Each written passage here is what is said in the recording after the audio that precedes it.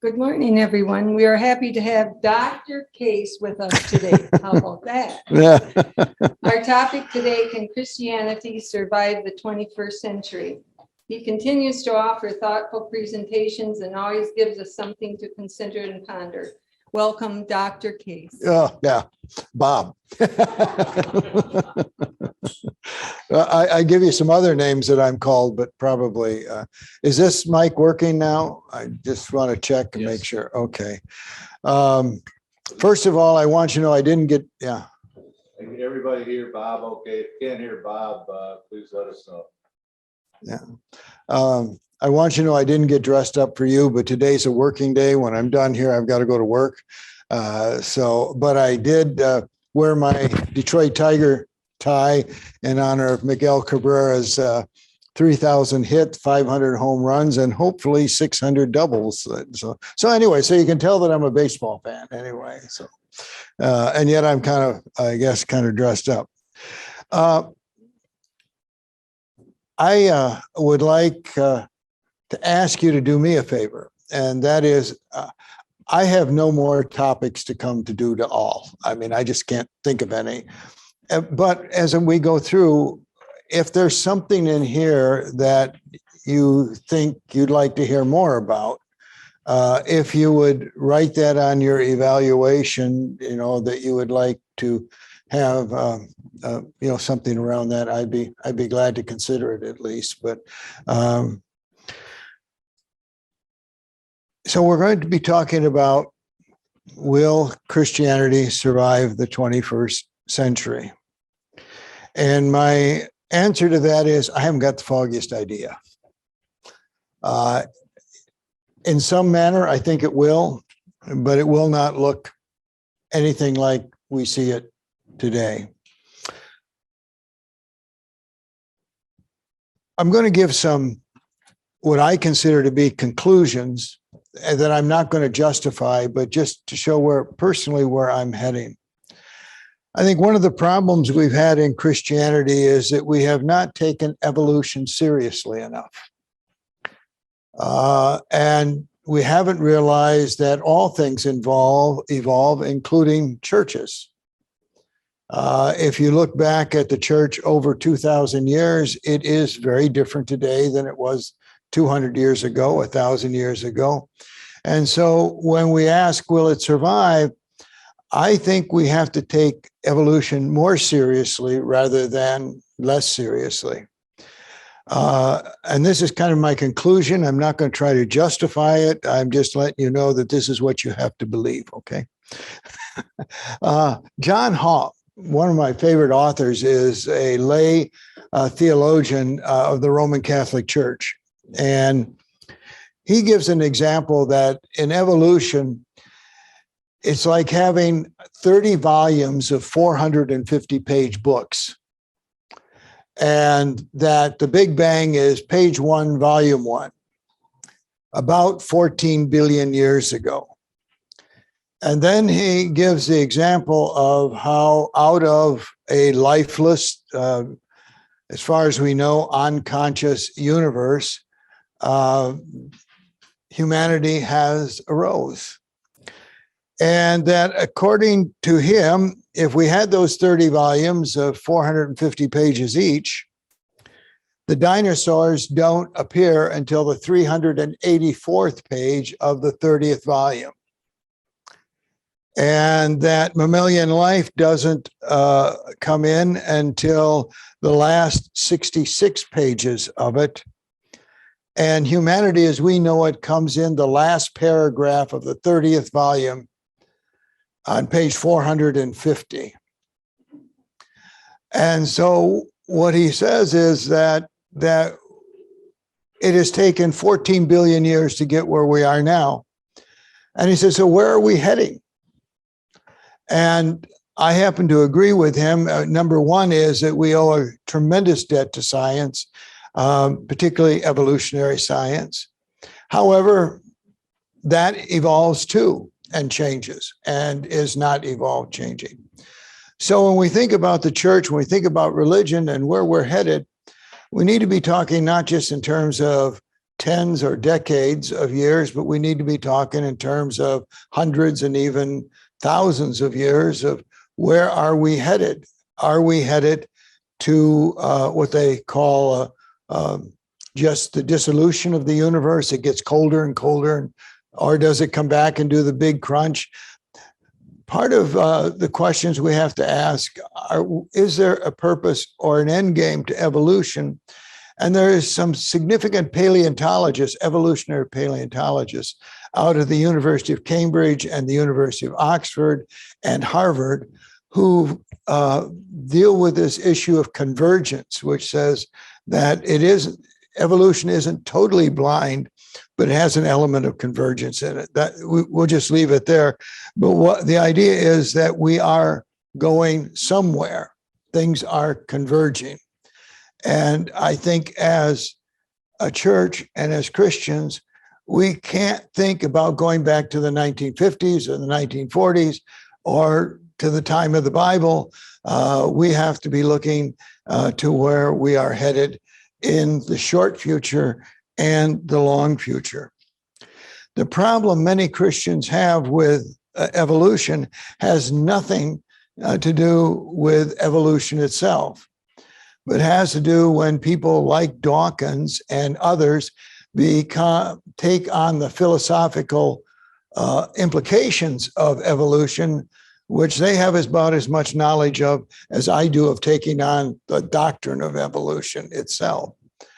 And so when Dawkins says the universe we observe has precisely the properties we should expect if there is at the bottom no design, no purpose, no evil, and no good, nothing but blind, pitiless indifference. And that's the question I think that religion needs to be concerned with and needs to answer. If it is possible to answer, is there no purpose in the universe? Is it blind? And if it's blind, is there no good and no evil? And if there's no good and evil, then why do we organize the world in the way that we do? Because we certainly act as if there is good or evil.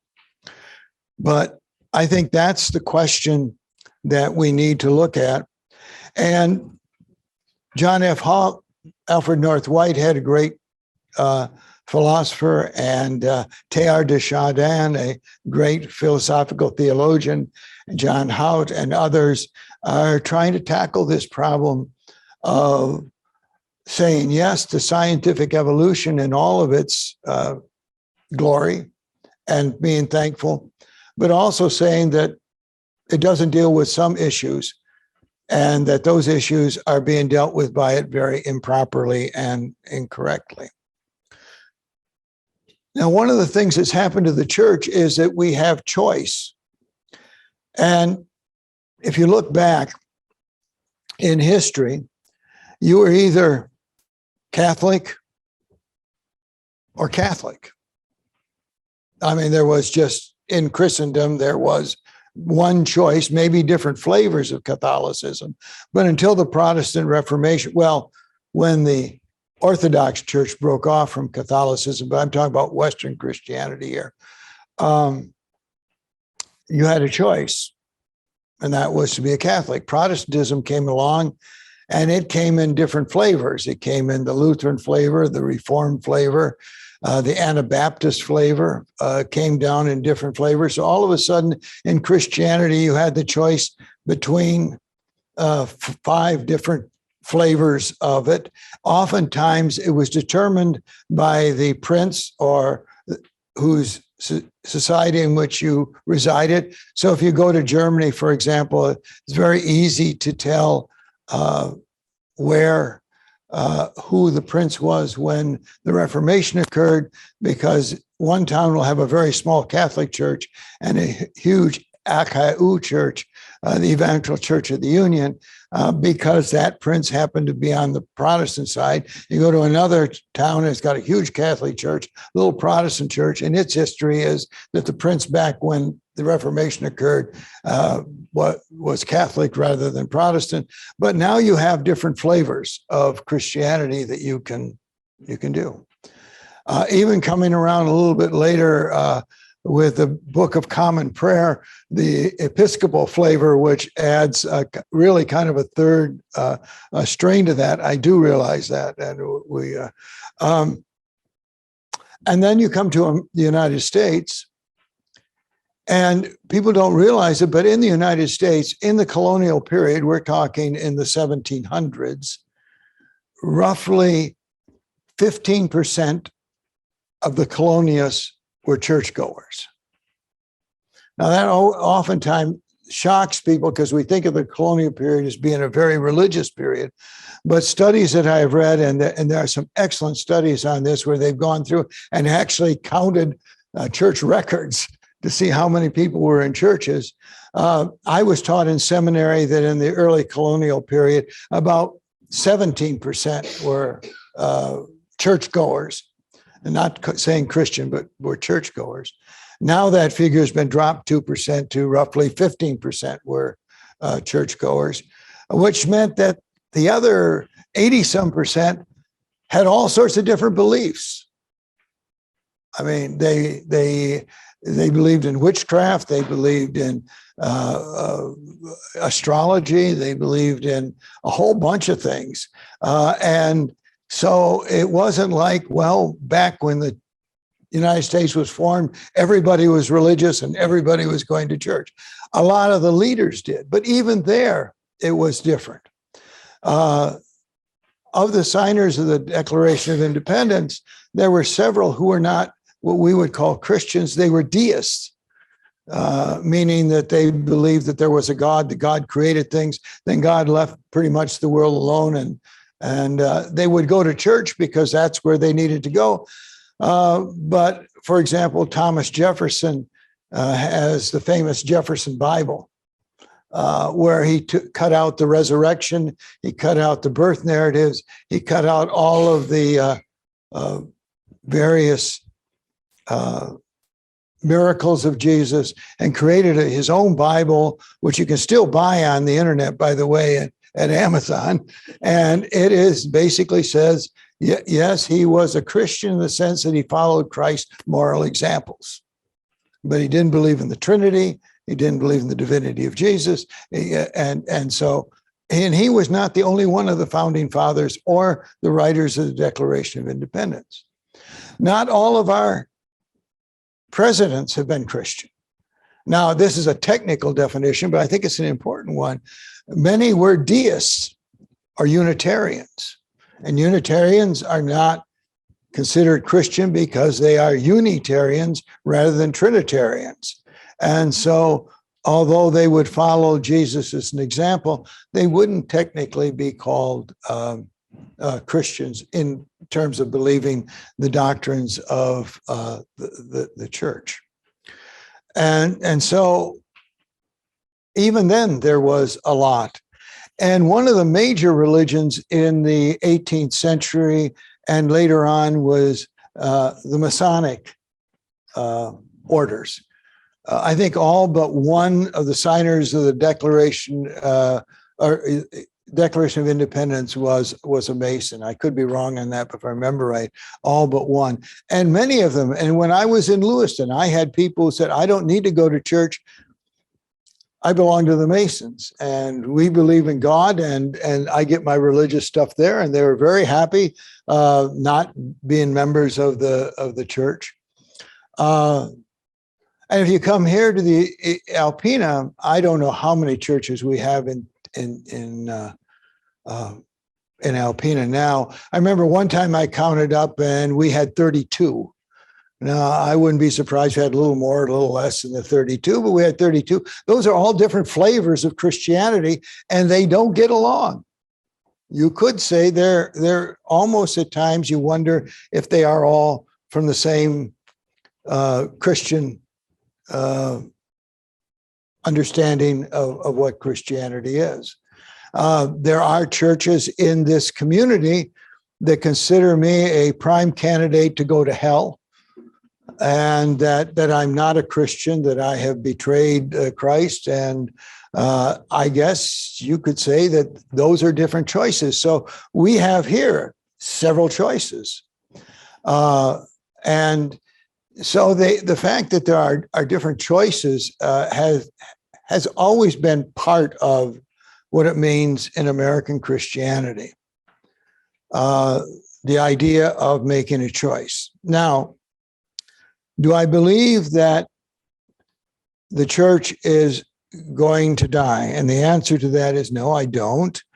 But I do believe it is the end of white Christian America for a whole lot of reasons in terms of the number of children we tend to have, which is just slightly below replacement value.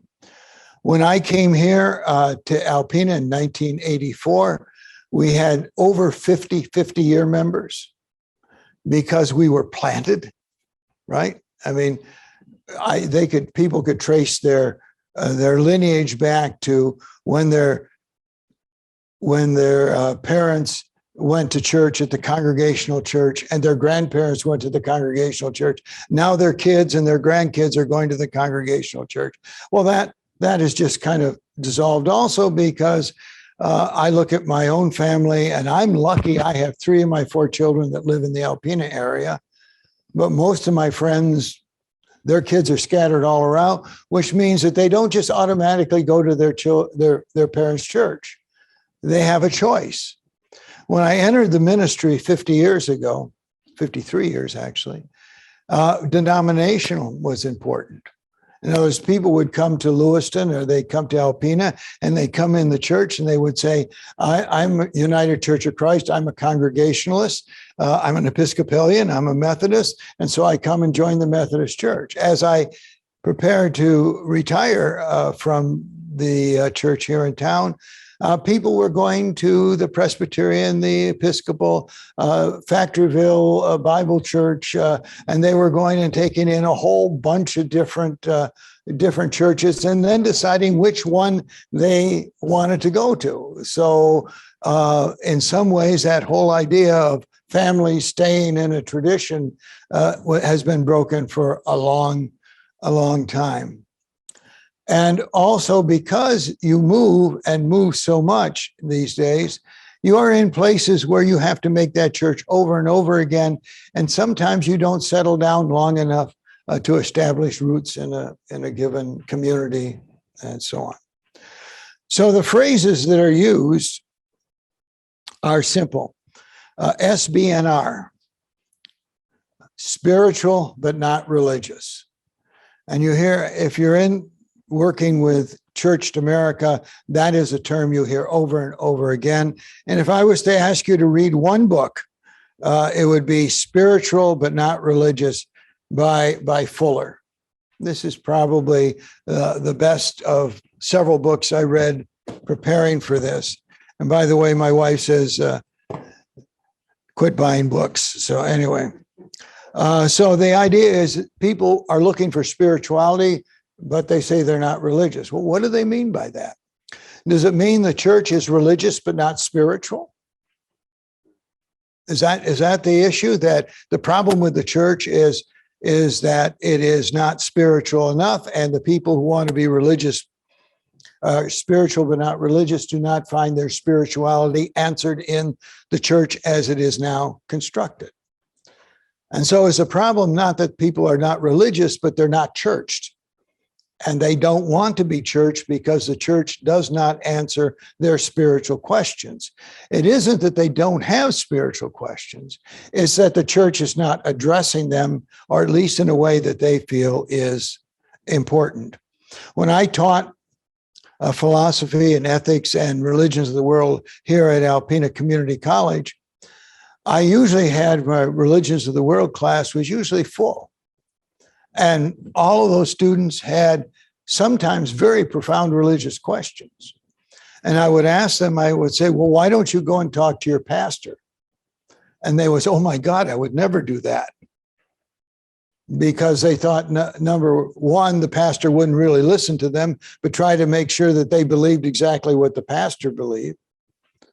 Or they thought it was useless to do it. And so these students in my class, I never had a class where there wasn't 2 or 3 who were trying out Buddhism, or they were trying out some other form of religion. It wasn't that they weren't spiritual. It wasn't they weren't asking spiritual questions, but they had determined that their church could not answer them. I have 3 children who are spiritual, but not particularly religious. And they come in different flavors too. I have one who has just given up, saying that I've tried church and it doesn't answer my questions and it doesn't listen to me, and so I'm gone. I have another one who prays every day in the morning before he goes to work, is deeply spiritual, but he says, I'm tired of the political nonsense of fundamentalist churches, and I don't want to be in any way associated with them. And my church, the UCC church where he happens to live, not in Alpena, he said, won't take them on and say that that's not the Christianity that we believe in. And so he says, I'm done. He prays every day, believes a lot of the Christian beliefs, but the church just has turned him off with its public face. And then another one is religious and is spiritual. But what has happened over the years, any of you remember when I grew up, I wasn't welcome to walk into a Catholic church. But not only that, a Catholic wasn't welcome to walk into a Protestant church.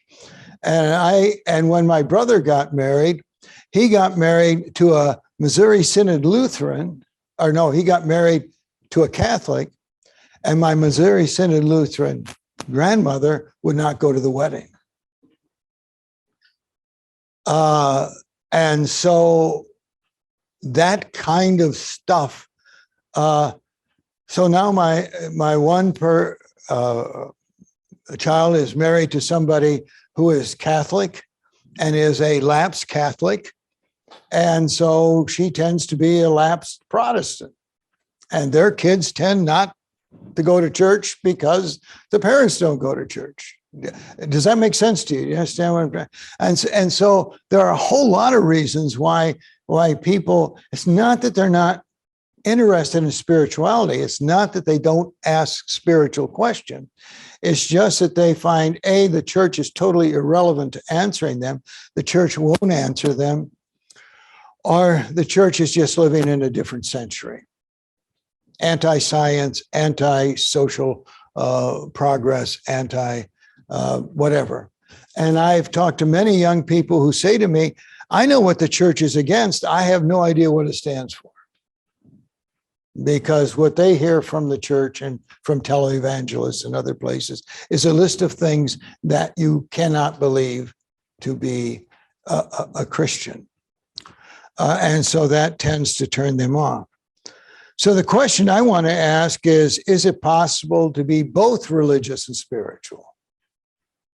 Can you be both religious and spiritual?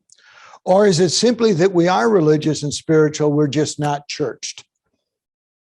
And church just isn't in our perspective any longer. And that has happened throughout the history of the church.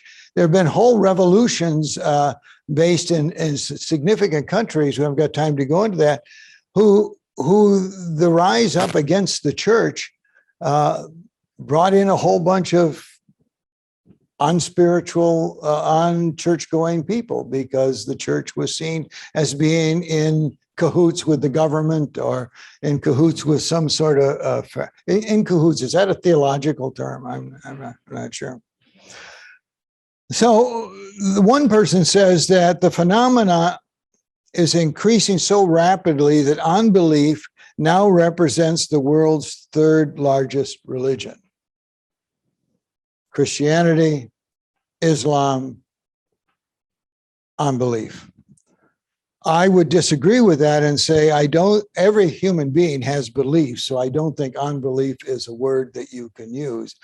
That the third largest religion is unchurched, unsynagogued, and unmosqued.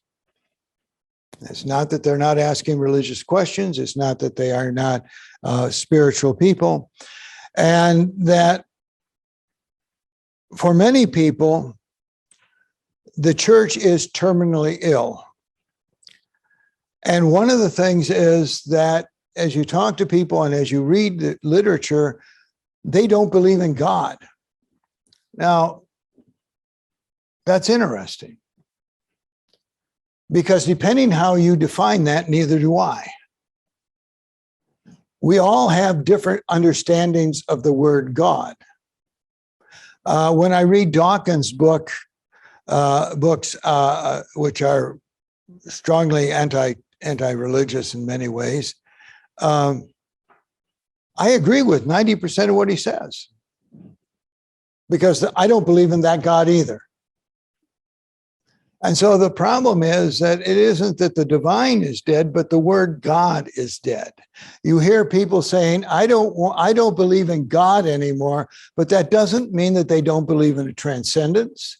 They don't believe in something you might call the divine or the holy or the sacred. You could call it under a whole lot of names. They just don't want to use that term God, because they know people who believe in God, and they are opposed to what those people who use that term God believe in.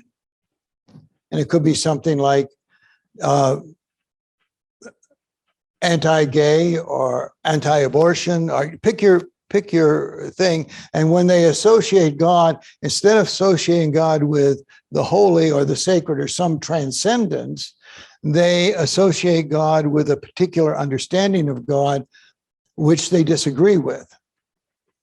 Does that make sense? And so it isn't that they don't believe in some sort of transcendence, although some of them don't. It's that the word God for them is dead and has no significant meaning in their lives. And so when I talk to someone, I rarely use the word God, because they've got their own understanding of what God is. And unless I know them and know that their understanding of God is relatively similar to mine, I don't use the term, because their understanding of God might be totally different, waiting to send 2/3 of the world's population to hell, waiting to skewer gays or lesbians, or something that God represents to them, and they don't want to do it. Now, the problem is that the fundamentalists, according to these studies, fundamentalism tries to prove to you that you're wrong and comes on strong. Those are the ones that I remember. Once I was at Burger King in Gaylord, and a guy came up to me and he said, "Did you believe?" And I said, yeah, what am I supposed to believe? He said, "Well, are you saved?" I said, "I guess so. I don't know. What do you do?" Hands me a tract, and he says, "You have to believe this in order to be a Christian." The problem with that is a complete turnoff to a whole segment that they, instead of being taught about love or peace or joy or something, it is, do you believe? And one of the things that has happened is belief has become propositional. Can I tell you a bad joke? This is a bad joke. A man's getting ready to jump off a bridge. Okay. And another man comes along and says, "Oh, don't do that." He says, "I'm a Christian and I don't think you should jump off the bridge." The guy looks at him and says, "Well, I'm a Christian too." And another guy says, "Well, don't jump off the bridge because I'm a Baptist." And I looked at him, "Well, so am I a Baptist. I believe in the literal scripture." "Well, so do I. I believe in the virgin birth." "So do I. I'm not a post-millennialist." Jump. Didn't agree with a particular doctrine. And to be a Christian was to intellectually assent to things that are sometimes almost impossible to assent to. And so people will come up to me and say, "What do you believe?" And I'll say, "What do you mean by what do I believe?" And what they mean is they're trying to figure out what kind of dogma or statement. And a phrase I often use is, when I get to heaven, the old St. Pete looks at me, it's not going to say, "Do you believe in the third article of the Nicene Creed?" That's not what makes me a Christian in my book.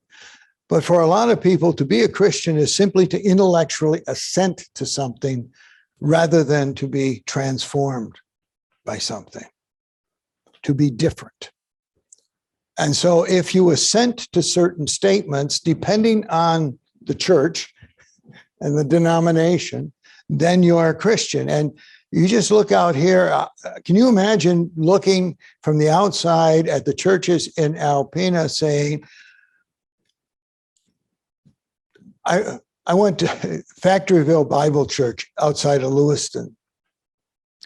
I had a parishioner who was in Fulton. I had a parishioner in Fulton who was dying, and I went to call on her, and we talked about death, and I left, and then her daughter went to Factoryville Bible Church, and he came in and told her she was going to hell because she belonged to the United Church of Christ in Fulton. And so here was a church of 15 people who thought they had all of the truth and didn't understand it. Boy, that really looks pretty stupid. I'm sorry, but 15 people, you've got all the truth and all the rest of us out here have nothing. But people see that and they say they don't want any part of that understanding of the Christian faith. On the other hand, liberals, and I count myself, I guess, as one of those, progressives, whatever you want to call us. I went to seminary and learned the social gospel. One of my classmates was Jesse Jackson. And, to be a Christian, you were socially active and trying to make a better society. But the problem with that is that they lost the spiritual dimension of that. In other words, what gives that sustenance? What gives that purpose? Where does the strength to do that go? And if you want to know my opinion on that, you can listen to yesterday's sermon at the Congregational Church. It's on YouTube. So the institution of the church has grown much less important. If you stop and think, I worked at a hospital in downtown Detroit. I worked in the morgue and in the emergency room cleaning up after the physicians and nurses. I was a custodian. Deaconess Hospital was founded by the Evangelical and Reformed Church which I belong to. If you look at the names of hospitals, it's Methodist, Episcopal, Presbyterian. A lot of hospitals have names. The churches went around and they did things. They formed a lot of very important institutions. When I was at Lewiston, the church there formed the senior citizens group, and it met in the church for years until they built their own facility. When I came here, the Congregational Church was involved in the starting of hospice. They were involved, and I know because I was part of it, when myself and the pastor at the Presbyterian Church and our churches began and formed Habitat for Humanity. Call Us for Help, which is a way in which help can be accessed here in Alpena, was a church started.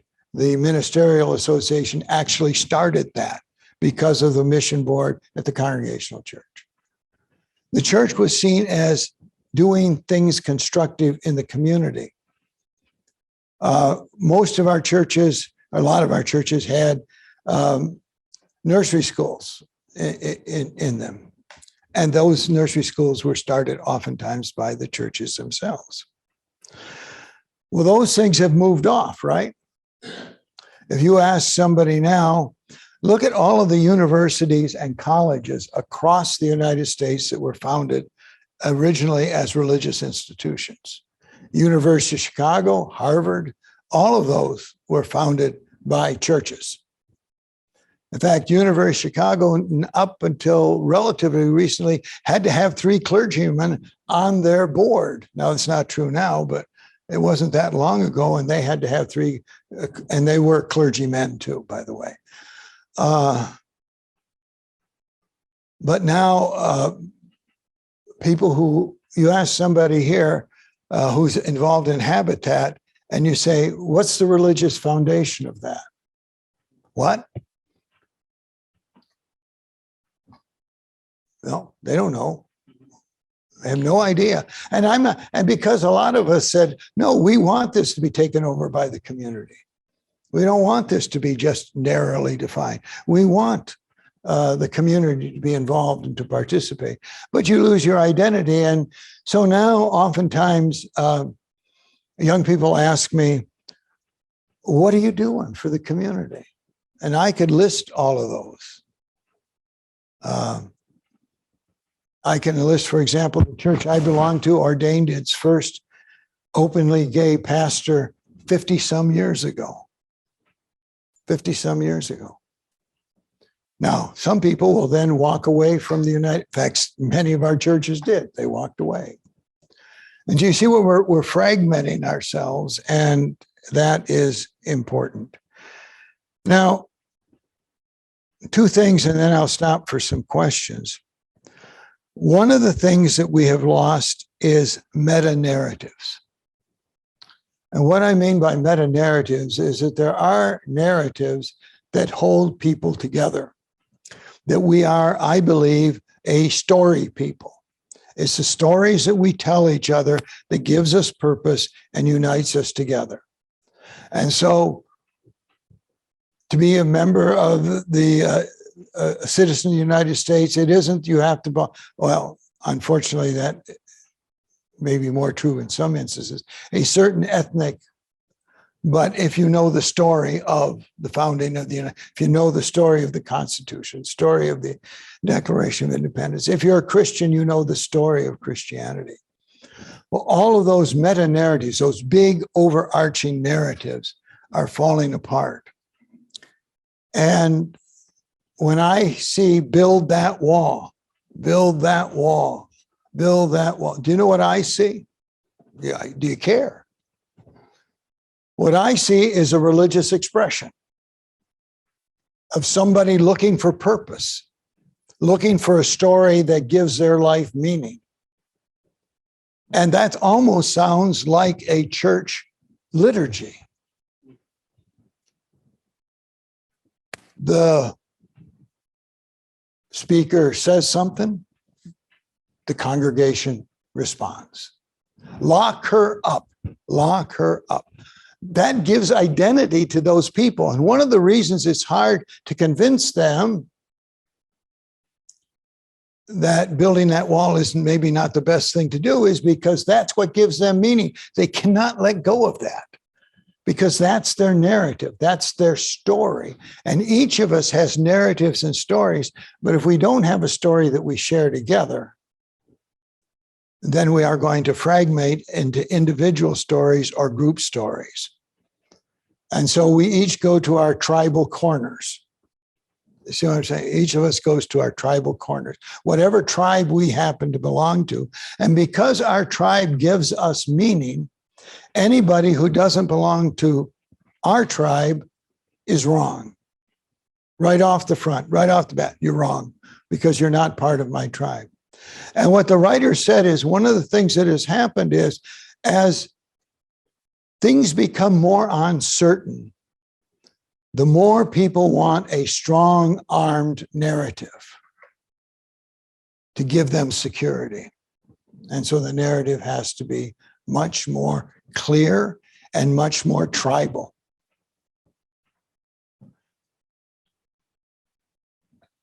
Does that make sense? Yeah, is that what I'm trying to say? And so that's important.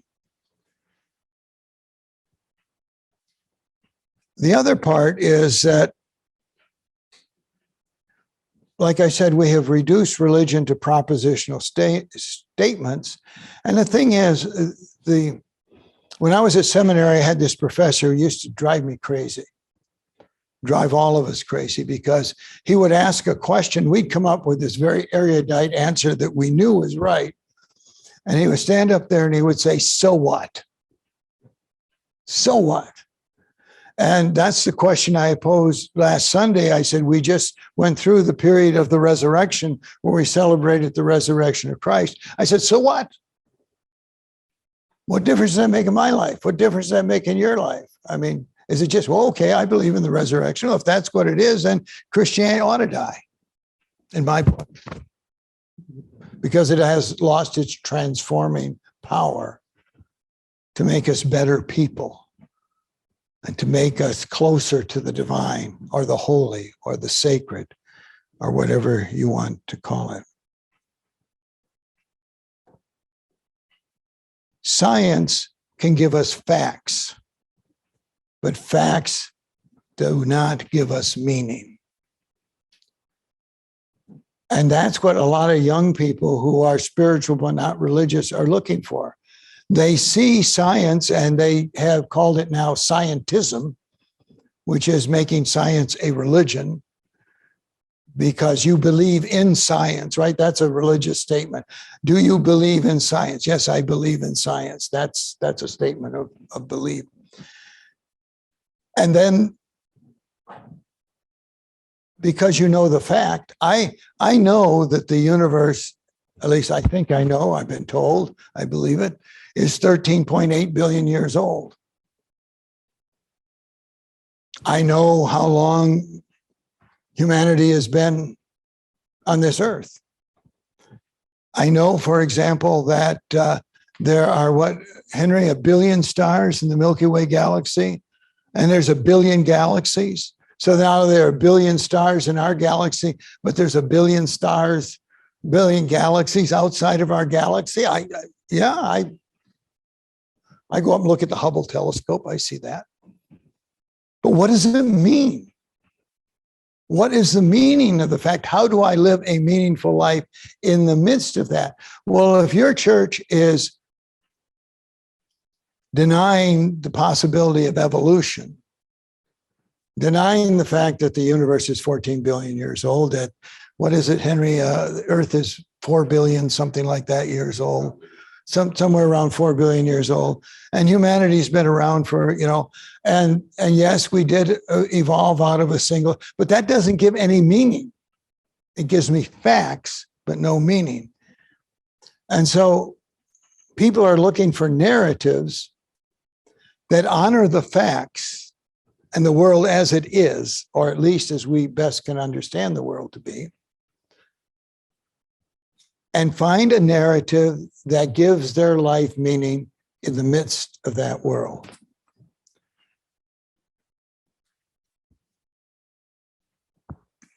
So the other thing is that there are 3 main groups of the unchurched.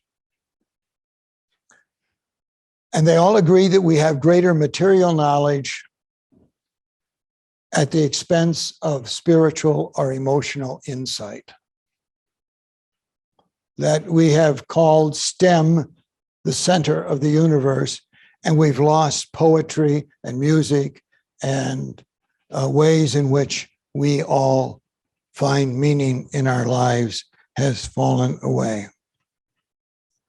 And so the job of religion is to interpret the phenomena in such a way as it is able to grip people at the depths of their spirituality.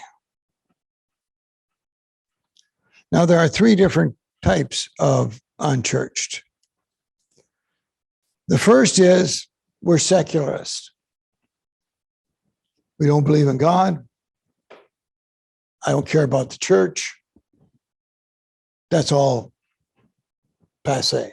And there are a significant number of people, roughly 11% of the unchurched are total thoroughgoing secularists or atheists.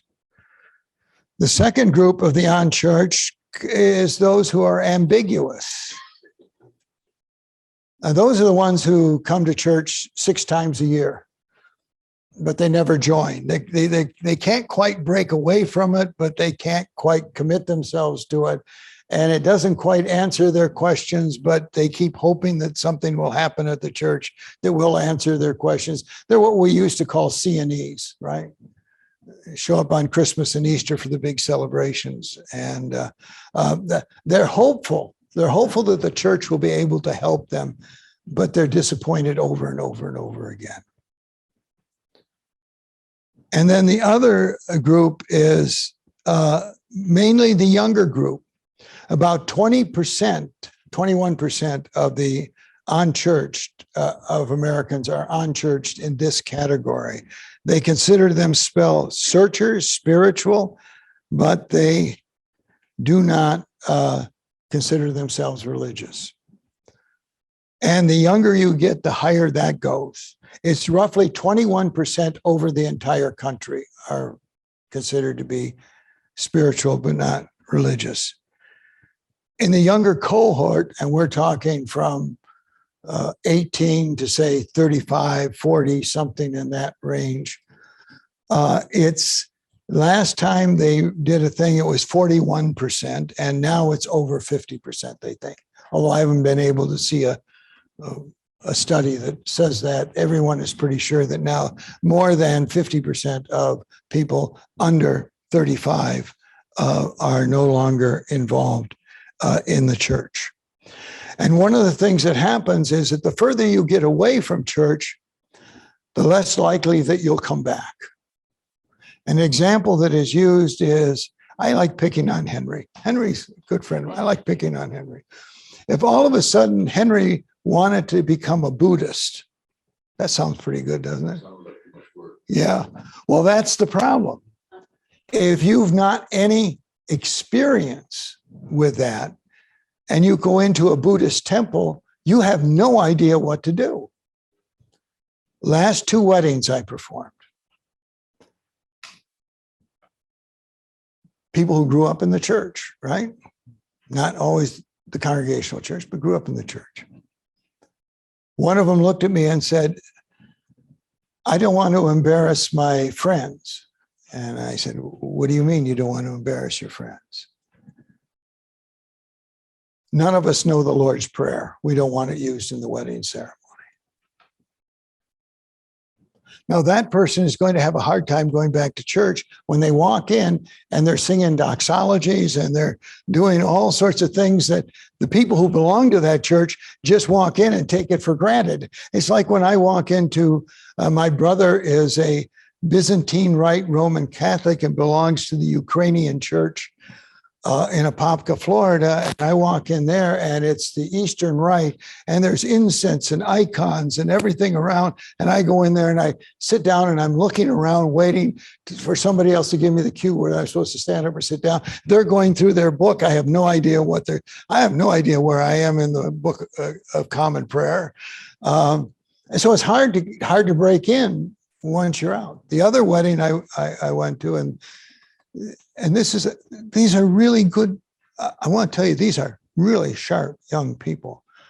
And this was very recently, looked at me and said, can we do the wedding without it being religious? Can we do the wedding without it being religious? Because we don't know how to do it. Same thing. We don't know what the prayers are. We don't know what the Lord, the simple things that almost every Christian who goes to church thinks everybody knows the Lord's Prayer, using it correctly with debts and debtors and not the long ending, right? Do you understand what I'm saying? So the young people, and I said, well, why don't you get married by a justice of the peace or a judge? Oh, no, we want something more than that. So they want something more. They want something religious. They just don't want a Christian. Does that make sense to you? You know, they are religious people. They are faith people. They just have been away from the church for so long. They have no idea how to enter the church. And if the church is to survive, and I'm not sure it will, I think Christianity will survive. I'm not sure about individual churches or denominations. It's going to have to figure out, how do you let somebody in, make them feel welcome, and not alienate them in the process.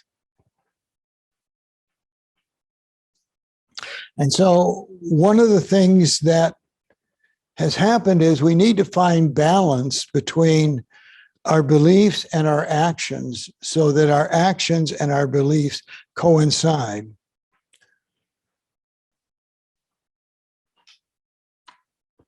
There have always been lots of choices in Swedenborg. Any of you remember Swedenborg was a big religion in the United States?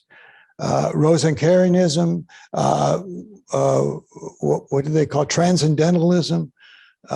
There's been lots of different alternatives in the United States for a long period of time.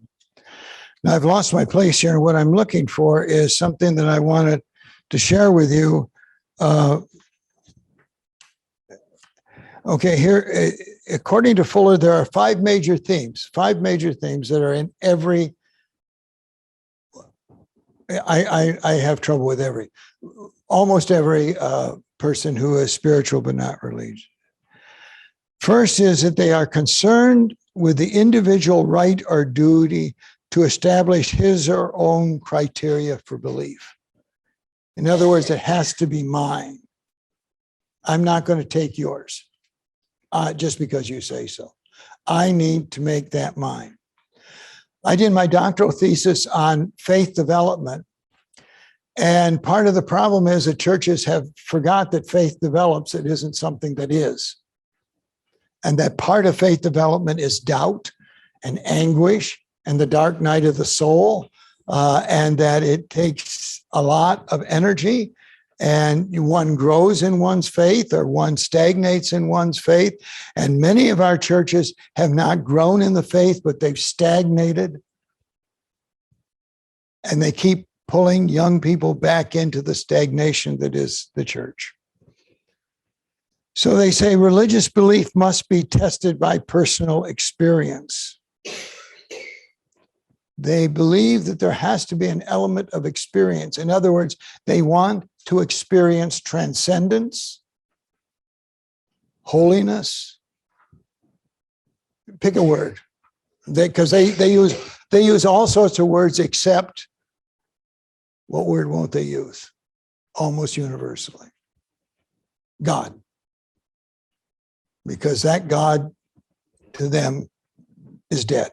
That word does not any longer for them convey the sense of transcendence and divinity. Spirituality is not accepting creeds, but here's a cool one.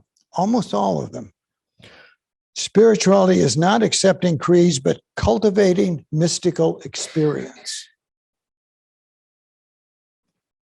They'll say to you, I want to experience the holy.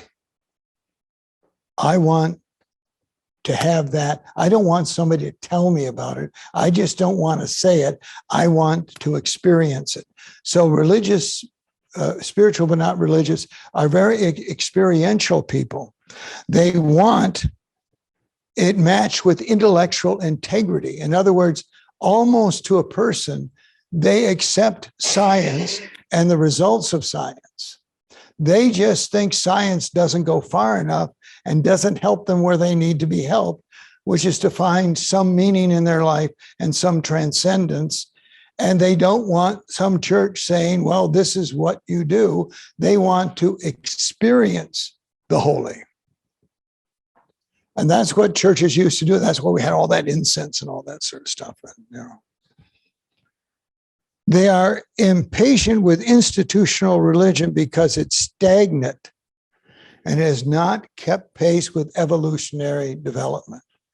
In other words, the church keeps wanting to go back to the 50s, the 40s, the 30s, back to the day of the Bible. They're always looking to go back when days were better. I like the phrase that someone said, nostalgia is not history. And what you nostalgically want isn't, I would love to go back to the 50s when the church I went to was big, had two pastors, unless, of course, I was Black or gay or Hispanic or poor or, it was really a good time for me. I was a white, going to college, educated. It was fine for me, but that's a nostalgia. That's not history. That was also when you had a drinking fountain that you couldn't drink in if you were white, and you couldn't go into restaurants. And, you know, my grandson he's 10. Gavin's 10, maybe 11, maybe 12. I think he's 10. My grandson is so enamored with Rosa Parks. He reads about her. Because he says she changed things, you know. He's 10. He's looking for something that gives meaning to his life, and he has found it in Rosa Parks. And so he tells a story. For his last birthday, we got him one of those little books on Rosa Parks so he could read it. Read it cover to cover in 2 days, and wanted more. He wants meaning in his life.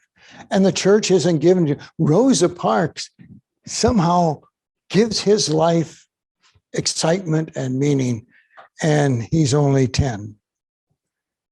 And they look at the institution of the religion, and we can't just move deck chairs on the Titanic. Okay. And what is moving deck chairs on? We have done this in the United Church of Christ ad infinitum, and that is you restructure. I've been 53 years preaching in the United Church of Christ, and I bet you we've restructured 5 or 6 times because we want to be more relevant. Or we say we're going to introduce gospel hymns to our service. I've had that. I know lots of churches that have done that. But what I respond is, I had someone come to me and say, why can't we be more like Word of Life? Because Word of Life was, you know, it's really. And I said, if you were looking for a church, would you want to go to the Word of Life, which is who they are, or would you want to come to the Congregational church pretending like it was the Word of Life? Where would you go? I know which one I would choose. I mean,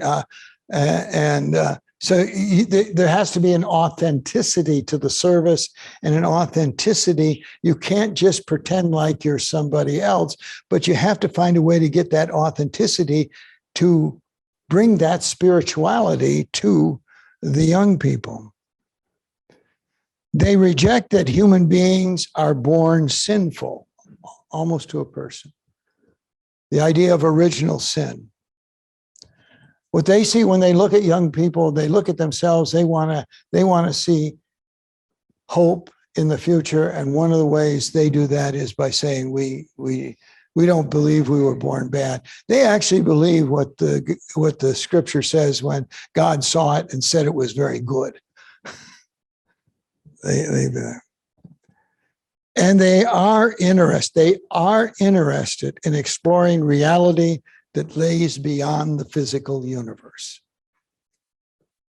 They don't want this to be all that there is. And they're struggling in their own lives to find something that gives them more than this. They are not interested in going to heaven. Now, maybe when they're my age, they might be. They want to have a deeper, more meaningful life. They want their life to have purpose and to have meaning. And whatever religion they have or whatever they believe, they want it to make a difference in their lives. They want to be. And one of the complaints I hear all the time as a pastor is, why isn't the church different than when you go outside the walls than you are inside? Why do you just look like the rest of society? Doesn't that question, so what? Doesn't it make any difference in your lives?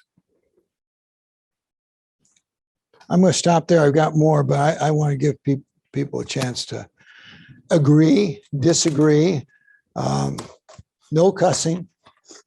If you have any questions or comments, please just unmute those folks who are in Zoom land.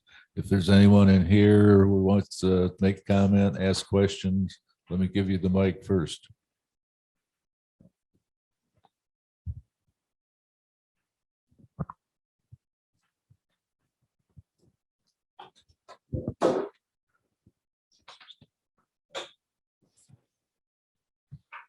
I kind of feel, Reverend Case, that people don't like to be so controlled, the young people especially, and some of the rules that they can't accept them because it doesn't really apply to good sense to them. And I think I see that in some of that, and I have some of that same feeling myself, that rule does not make sense. I just don't think you made that rule as a man. That's not a God-made rule. Yeah, I want to say you just hit on something that's important, really important. That is that well over 50% of the people who sit in the pews on Sunday don't believe what that church teaches. They are actually closer to the spiritual but not religious than they are, because they're there because for the fellowship, they're there because it gives their life meaning. But if you were to talk to them, you would find out that, well, a large percentage of the doctrines or the beliefs of that church are not. There's one, I'm not sure exactly what this is, but it was something like close to 70% of Roman Catholics do not believe in the real presence of Jesus in the Eucharist. Well, that's a central teaching of the Catholic Church.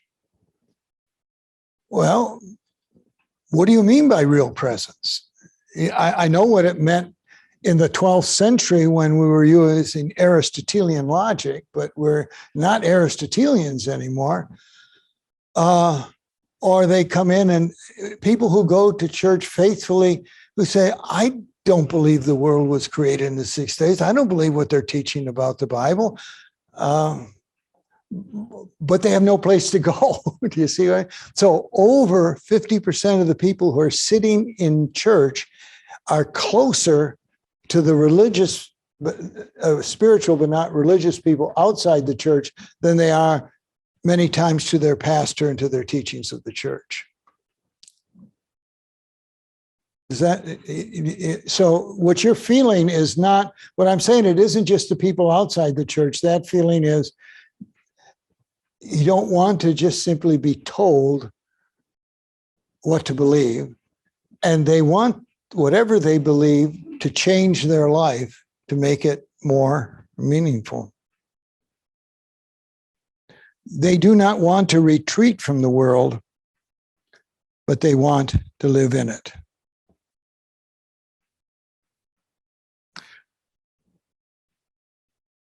Will Herberg, or not Will, I forget who it said, trying to get the quote in my mind. It goes something like this.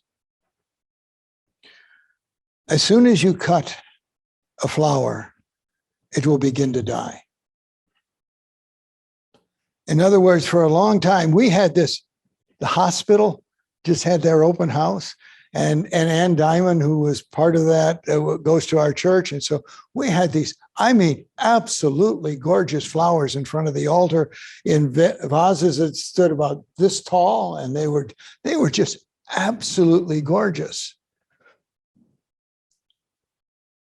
But by the end of this week, they'll be dead, right? Because they've been cut off from the source of their life. And what young people are saying to us, this is what is happening to the church. The reason we're dying is because we've been cut off from the source that gives us life. And what is the source that gives us life is an experience of that which is beyond me. And that's the problem with liberal churches, which I'm a part. You know, like I said, Jesse Jackson was a classmate of mine. You know, I marched for open housing, against redlining, you know. But where does the power to do that come from? Where's the source that gives that meaning and structure? And it's all right for me. It may be all right for my kids because they were growing up in the church, but my grandchildren who are not growing up in the church, where do they root their beliefs in? Do you see what I mean? It isn't, my kids know what church is. My grandchildren, some of them are going to grow up and they're not going to know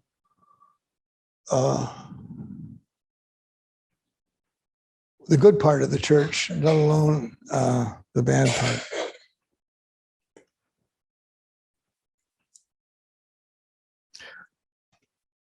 Can I say something? Yeah.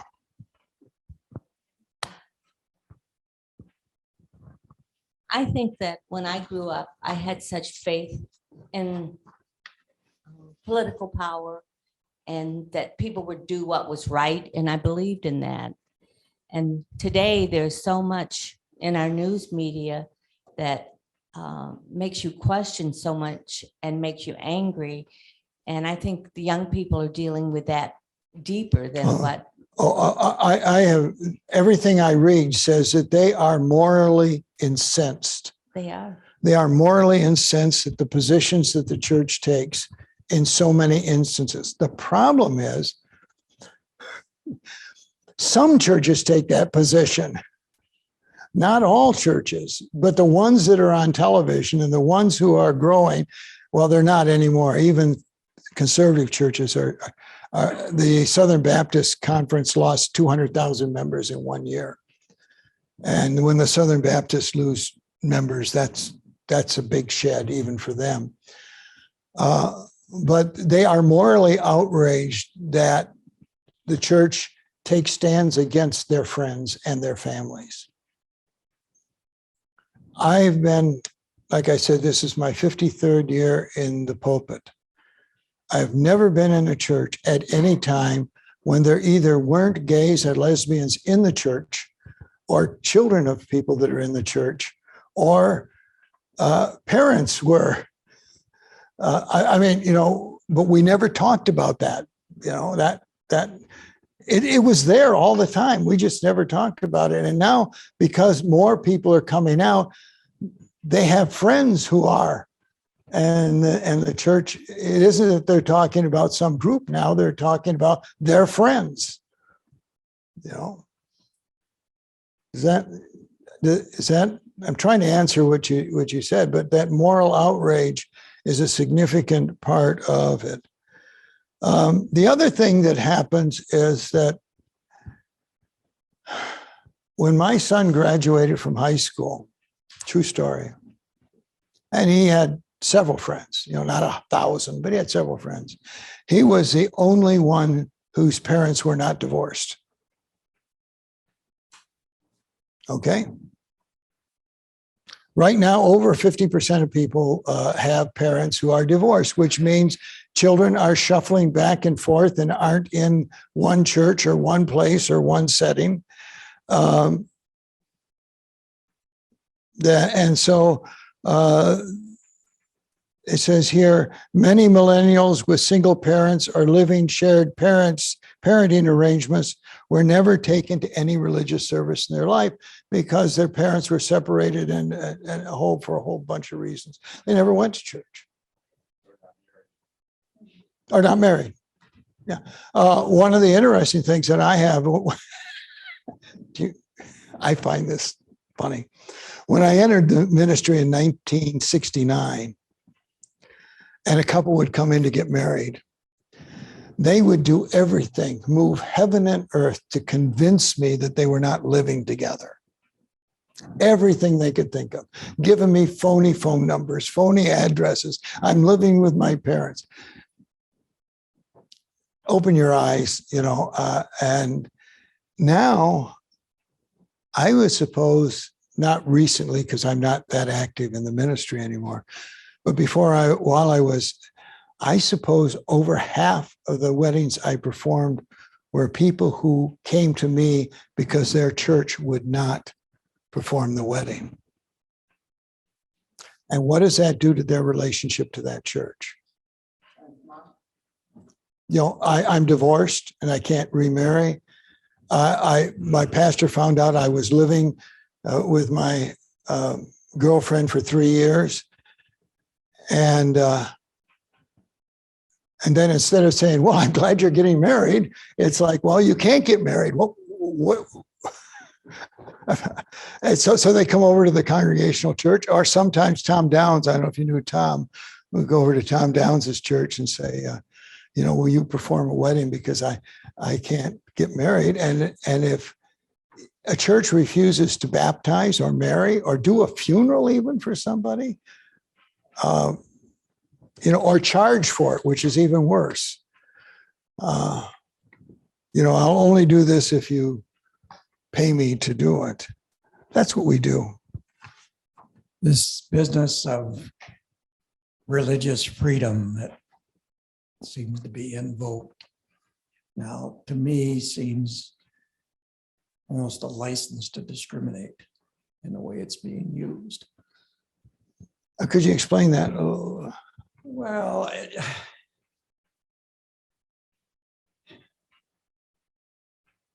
I guess the case where the businessman refused to make a cake for a gay couple and said, well, that's his religious right to do that. yeah. And You agree with that or disagree with that? I or- disagree with that. Okay. He should be able to do that. I mean, But that- it's a public business serving the community. That is He's gotta serve precisely, all the community.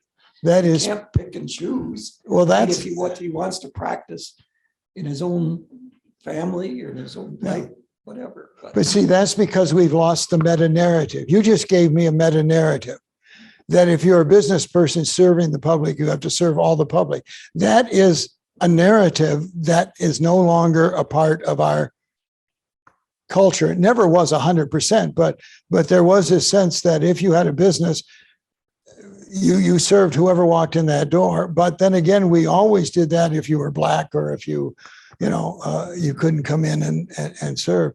But that is precisely why a lot of young people, that is precisely an example I've been given many times. It's not my idea of what a Christian would do. No, and see, that's part of the problem. When people have not been to church, and I just want you to do a mental experiment, okay? Pretend like you've never been in a church, ever. And look around you to what's on television, what's in the newspaper. What image would you have of Christianity?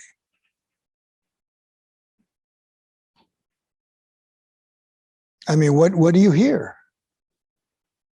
Stories like that. Evangelists on TV saying you're going to go to hell. I mean, that's. I would think that it's a bunch of people get.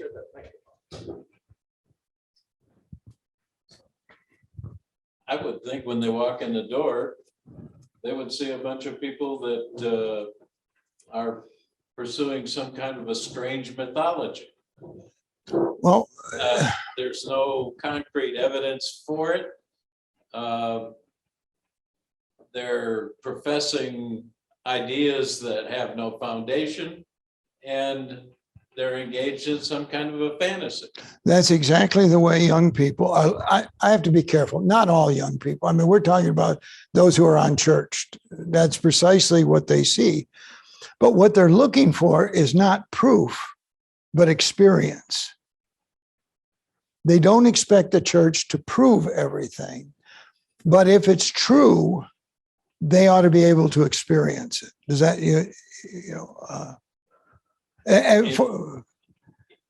As an Episcopalian practicing for as long as you've been yeah. in the ministry, I totally believe in Christianity, but I believe that the big driver is not belief in God or the threat of God. It's the threat of death. What happens after death? Yeah. And a lot of them are not, that's not really one of the questions they're asking. Now, I'm not saying they won't as they get older. Here's the final thing, and this will be it. I'll be done.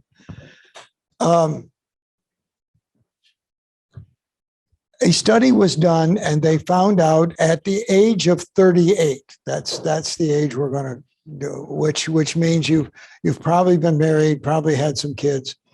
And where normally, under the normal pattern, those people would be coming back to church, right? They were enrolling their kids in Sunday school. They'd be coming back to church and all that.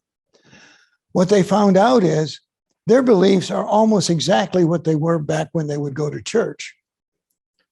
They pray just as much. They believe in an afterlife just as much. They believe in a holiness and that Jesus somehow might be able to show what the divine is. They just don't find it in the church. It isn't that they're any less spiritual, or you could say religious. It's just that they don't find that being met in an institution. But if you look at the Boy Scouts, the Masons, give me some others, Eastern Star, I don't know about Knights of Columbus. Columbus is like the Masons, except What I'm saying, all those volunteer agencies are, and somehow one of the things that's happening to church is what's happening to all quote unquote institutional, all, that may be a bad word, but by many of the institutions of, I remember when Boy Scouts would have 30, 40, people at the church going on camps. And now it's 4, 5, 6, I see not many. So the same thing is happening to them. Again, I'd like to end by saying, I don't have anything else to say ever. Unless you have a question you would like me to deal with, Anyone online have a question? Just please unmute your mic, or you can use the chat function. I hope you have some degree of hope that it isn't these people don't want, most of them don't want, it's the church they have problems with. And if the church can figure out how it can get its message across, where it is deeply felt as well as intellectually understood,